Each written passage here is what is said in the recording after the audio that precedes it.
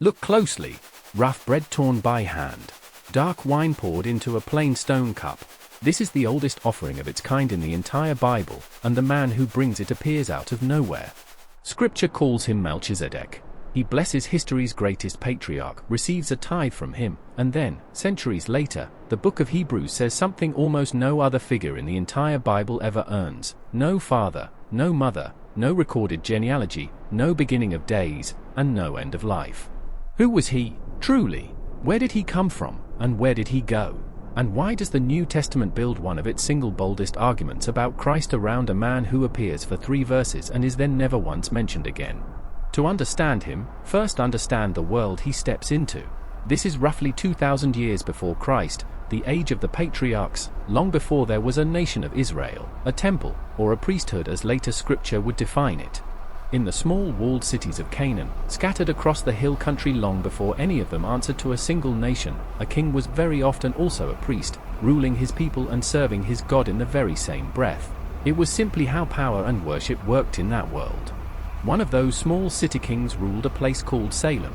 Many scholars and ancient writers alike link Salem to the site that would one day become Jerusalem, though the text itself never quite says so outright, and the identification remains, to this day, a matter of tradition and careful inference rather than certainty.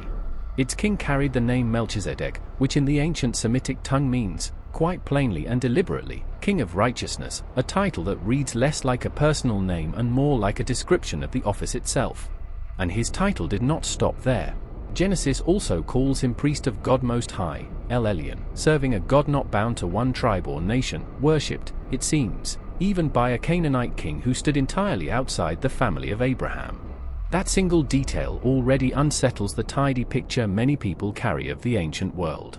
Here, before Israel exists as a nation, before the law, before the priesthood of Aaron, a stranger already worships the one true God, and worships him rightly. So how does this obscure priest-king of a small hill city ever cross paths with Abram, the man Scripture would soon rename Abraham, father of a coming nation and a promise stretching far beyond his own lifetime? It happens after a war, for eastern kings had swept through the region, plundering the cities of the plain, and among the captives they dragged away was Abram's own nephew, Lot. Abram did not hesitate. He armed his household, 318 trained men, pursued the raiding kings by night, and in a single decisive strike, routed them and recovered everything, and everyone, they had taken. It was, by any measure, a stunning victory, and it is on the road home, flush with that triumph, that Abram is met not by a rival, but by 2 kings. One is the king of Sodom, arriving to negotiate. The other is Melchizedek, king of Salem, arriving to bless. Melchizedek brings out bread and wine, the same offering we saw at the very start, and as priest of God Most High, he speaks a blessing over Abram that Scripture records in full. Blessed be Abram by God Most High, maker of heaven and earth. And blessed, too, be God Most High, who has delivered your enemies into your own hand this very day. And Abram, the man God himself had promised to make a great nation, response is not to correct this foreign priest king, or to bless him in return. Abram gives him 1/10 of everything. That single gesture, a tithe, freely given by the father of the faithful to an outside priest king, is easy to read past. The book of Hebrews will not let you. But that argument is still centuries away. For now, Melchizedek gives his blessing, receives his tithe, and simply, without another word, disappears from the story. Abram returns home. Genesis moves on. 3 verses. That is the entire appearance of Melchizedek in the book of Genesis. No birth story. No death notice. No family line recorded before him or after him, in a book that otherwise obsesses, chapter after chapter, over exactly whose son begat whose son. For nearly 1,000 years after that, Scripture says nothing more about him. Then his name resurfaces, in the last place anyone might expect, a royal coronation psalm. Psalm 110. The Lord has sworn, and will not change his mind, you are a priest forever, after the order of Melchizedek. Think carefully about what that actually means. A king of Israel, centuries after Abraham, is told his priesthood will not follow the line of Aaron and the Levites at all, the only priestly line the law of Moses had ever authorized. It will follow the order of a nearly forgotten Canaanite priest king instead. It is a strange, almost scandalous choice of words, and for a long time, it simply sits there in Scripture, unexplained, a riddle inside a hymn. It would take the birth, death, and resurrection of a Galilean carpenter's son for anyone to fully explain why. The author of Hebrews, writing to Jewish believers grappling with a question that could shatter their whole framework, how can Jesus be a true high priest if he was not born into the tribe of Levi, reaches all the way back to Genesis 14 for the answer.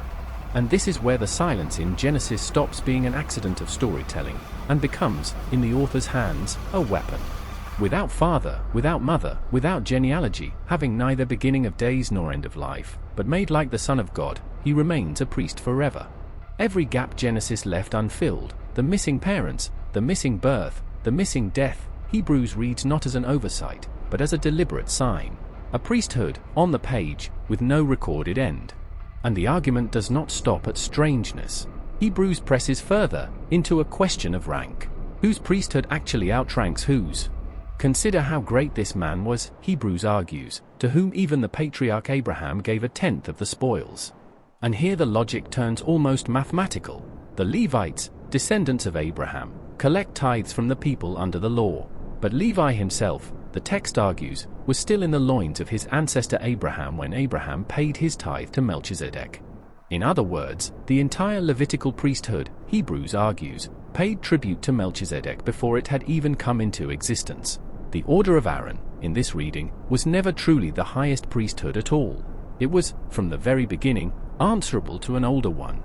It is a bold claim to build on 3 verses from a book written 1,000 years earlier, which raises the obvious question historians have argued over for centuries: was Melchizedek simply a real, forgotten Canaanite king, remembered by chance, or something more?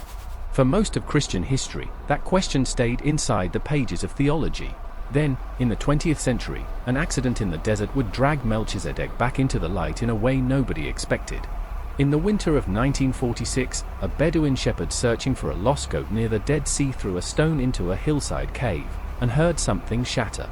Inside were clay jars holding scrolls that had not been touched in nearly 2,000 years, the first of what the world would come to call the Dead Sea Scrolls. Among the many fragments eventually recovered from those caves was one that scholars now label 11Q13. Its subject, Melchizedek. But this was not the brief priest king of Genesis. This community, the same devout Jewish sect that had hidden these scrolls away in the desert, described Melchizedek instead as a heavenly figure, a divine judge who would appear at the very end of days to execute judgment and proclaim liberty to the captives.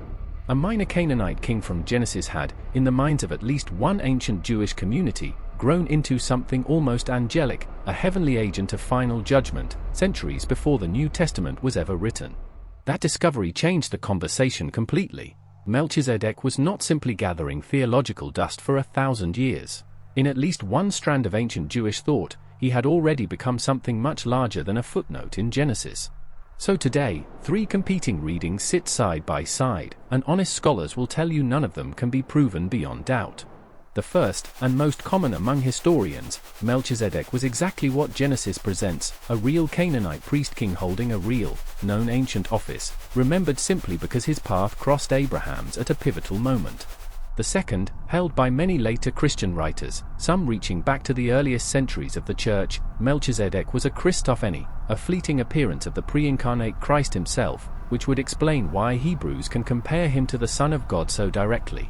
The third, drawn directly from the Dead Sea Scroll and later Jewish legend, casts him as something closer to an angelic or heavenly being from the very beginning, a figure whose humble, 3-verse entrance in Genesis was only the first, smallest glimpse of a far larger role still to come. Later Jewish and Christian legend pushed further still. One ancient text, the second book of Enoch, even gives Melchizedek a miraculous birth story of his own, born already speaking, already marked as holy, as if the gap Genesis left behind demanded, eventually, to be filled by someone. None of these later legends carry Scripture's own authority, but their sheer existence tells you something. Across 2,000 years, almost no one who encountered this man in Genesis 14 could simply let him remain a footnote. So why does Scripture leave him so bare in the first place? Why no genealogy, when Genesis tracks lineages for chapters at a time? Ancient Near Eastern royal records were not written the way modern biographies are written today. Kings were very often introduced by office and city alone, not by ancestry, especially foreign kings whose lineage meant nothing at all to the audience of a Hebrew text. By that reading, the silence around Melchizedek may be nothing more mysterious than an ordinary scribal convention of his era. It is Hebrews, centuries later, that chooses to read profound theological meaning into an ordinary gap. And that, many scholars argue, is precisely the point. Hebrews never claims Melchizedek was literally eternal. It claims that Scripture's silence about him functions, on the page, as a symbol, a living picture of a priesthood with no expiration. That distinction matters. A type is not a trick.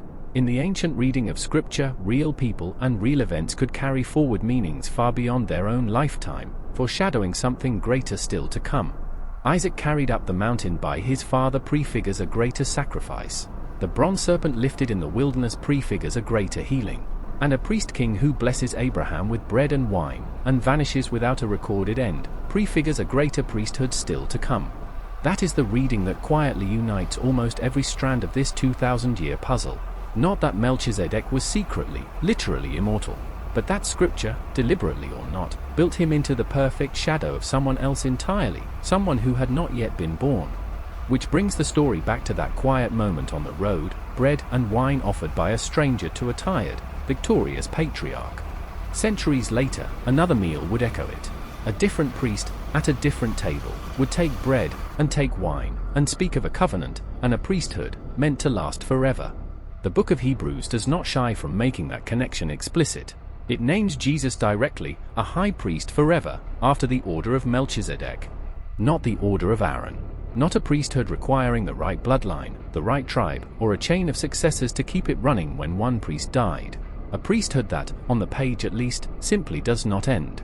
So who, in the end, was Melchizedek, really? The honest answer, the one nearly every careful, credentialed scholar will actually give you if you ask directly, is that we simply cannot know with full certainty which of these three readings is literally correct. What we can know, with real confidence, is what the text itself actually does.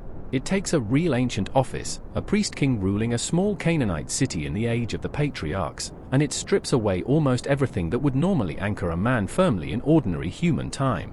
No father named, no mother named, no birth recorded, no death recorded, only an office, a blessing, and a tithe, suspended in Scripture like a single note that never quite resolves.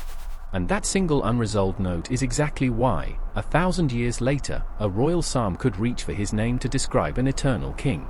And why, 1,000 years after that, a letter written to frightened, uncertain believers could reach for that same forgotten king to describe an eternal priest. Whatever he truly was in his own lifetime, a real king remembered only by chance, or something the text itself quietly hints was always more, Melchizedek became Scripture's clearest possible answer to a question every single generation of believers eventually asks.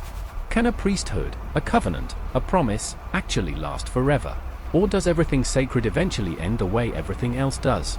3 short verses in Genesis, 1 single line in a psalm, and 1 bold, careful argument in the book of Hebrews all answer that same question the same way, again and again, across 1,000 years of Scripture. Forever. No beginning of days at all. And no end of life either. A priest forever, after the order of a man whose whole entire story fits in just 3 verses, and whose long silence, it turns out, was never truly empty at all.